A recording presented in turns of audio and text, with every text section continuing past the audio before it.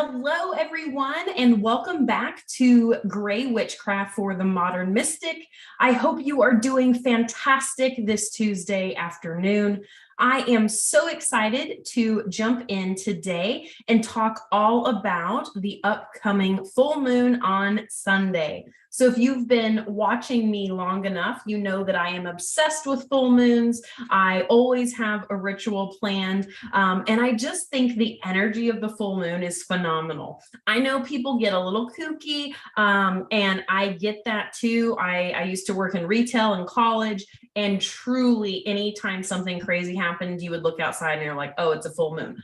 But being a practitioner, someone that practices witchcraft, I just love harnessing that energy of the full moon. And so if you're using that energy, you can put it to good use. So let's jump in and talk about this Sunday's full moon. The October's full moon is typically referred to as the hunter's moon, according to like Old Farmer's Almanac and a lot of other articles that you'll see out there. It's this time of year, right, in back in the day when hunters were needing to go out and hunt enough food to prepare for the winter. And so it can also, October's full moon can also be called the blood moon because of this, right? If you're a hunter and you're going out and getting a bunch of animals for your food, it is also known as the blood moon. So your animals are beginning to fatten up for winter, and since farmers are cleaning out their fields under the harvest moon, which was last month in September, hunters can now easily store deer and other animals that had come out to root through the remaining foods to get through winter as well. So the October moon is also fall under the sign of Aries, and so it'll be a very passionate warrior moon. So I am very excited for this full moon. If you haven't heard, we opened the Grey Witches Coven this month, and we will be doing a full moon ritual inside of our coven. So if you're interested in the coven, go ahead and comment below, and I will shoot you some information. But so back to what we can do for the full moon, right? I always like to give you guys practical tips or rituals, spell work, so that you can be prepared. And again, you can do this leading up to the full moon, the day of the full moon, or after. Kind of just depends on your timeline, your calendar, and what works right for you in your craft. So I have, typically speaking, when we're talking about the hunter's moon, and especially because it's under the sign of Aries, you are going to be, one, you need to make sure that you're not just, what am I trying to say? Like going off, right? And so sorry, Aries, but we want to make sure that we're taking the time to not just like pop off and go with the first thing that comes to mind. So take a little bit of patience there before you act during this full moon, because it's going to capture a lot of emotion.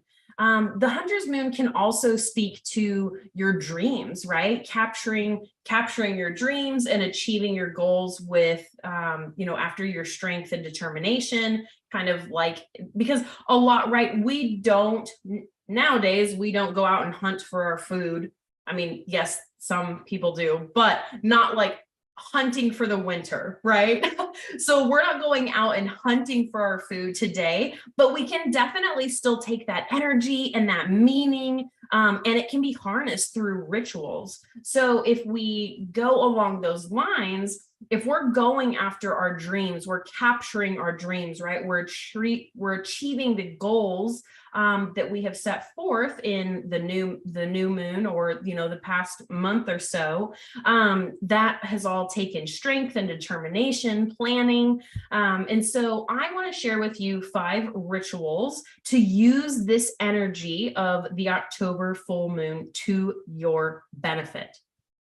So the first ritual, and I'm going off of my notes, so I apologize if you see me looking down, but I don't want to miss anything. So the first ritual that you can do is you want to, a ritual to cleanse and program your clear quartz. So now is completely the right time to acquire quartz, clear quartz. You can also use selenite or moonstone if you don't have a clear quartz.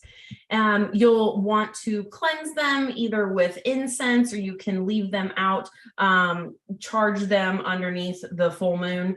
But you'll want to charge them under the light of the full moon, leave them out overnight and program them with your intention, which will be your mission or your goal for the next lunar cycle. So for the next month. The second thing that you can do is create a full moon elixir. So I know a lot of members in our community love leaving out full moon water. We actually, or water underneath the full moon. We actually did a ritual like that last month in September, but this is something that you can do every full moon because each full moon has a different energy, right? So you'll want to immerse some of your quartz in a jar of, it can be normal tap water, it can be bottled water, any type of water that you have. You'll want to put your clear quartz in there, and do not put selenite in water. Sorry, I just am thinking like, oh my gosh, we said selenite in the first one. So do not put selenite in water, it will dissolve. But you can definitely put clear quartz or smoky quartz, something like that, in a jar of water, and then leave it out underneath the full moon to kind of make a full moon elixir. And then you can use this elixir to benefit from the energy of the full moon. And if you're needing that energy to go forward to obtain your goals for the upcoming month. The third thing that you can do for this full moon in October is, since it is the hunter moon, it's ideal for a purification bath, right? Or purification ritual. You'll want to obtain the energy of the hunter or the harvest, the hunter. So you can put whatever type of essential oils that you like in the bath. I love Epsom salt, Himalayan salt, and then I do like a coarse sea salt as well. And then for the essential oils, I like clove, especially for autumn. And you can put anything else that you're wanting in there as well. I have like bits of star anise that I'll probably do for my ritual bath. And then what else do I love? I love juniper or hawthorn berries for the autumn. So you can do that for your energy purification bath. And you can put anything that you want in there. Those are just some ideas for you. And you'll put all of, so you put all of that in the bath, and then you'll put a container to let, not a container, you can put that in a container and then put it in the bath, and then enjoy your energy purification bath. Like energy baths and purification rituals in the bath are one of my favorite things of spell work. Some of my friends laugh at me because they know before I had Junie, I would take a bath every Saturday morning, and it was like literally my ritual. And so now having a baby and intertwining that of like, I can't just take a bath for a few hours because I have a little one that I have to take care of. But I've gotten into a good routine now where I'm able to do my ritual baths when Junie is taking her first nap of the morning. So that's kind of nice to get my Saturday practice back. So I love, love, love the ritual energy purification baths. So I hope you enjoy that. The fourth thing that you can do for this harvest October moon is a manifestation, simple manifestation. Literally one of the simplest rituals that you can do is get a pen and paper, write down your goals for the upcoming month, for the upcoming lunar month. And then I would fold that piece of paper in half, and you can place it in a windowsill, or you can put it like under one of your crystals that you're leaving out to purify under the full moon.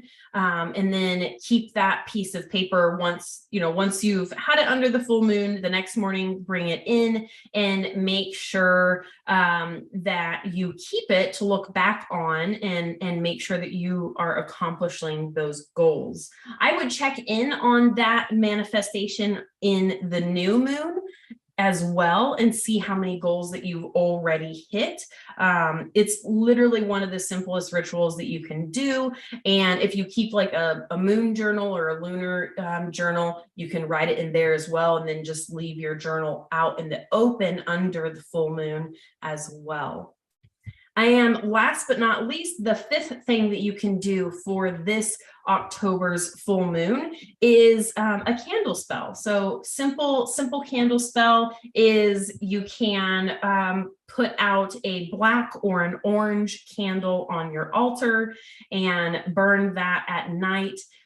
With the natural light, under the natural light of the moon, light the candle and visualize the goals or what you're wanting for the upcoming month. So 5 super simple things to do. I know everyone right now is running around like crazy. Everyone is super busy, but definitely allowing yourself to enjoy this season, right, will be good for you. So hopefully you're looking forward to the full moon on Sunday just as much as I am. I'm excited to do some of these rituals alongside of you. If you're doing anything else for the full moon, please leave what you're doing in the comments. I can't wait to hear, and I hope you have a wonderful day. Thanks for tuning in, and we will see you next week. Bye. Mwah.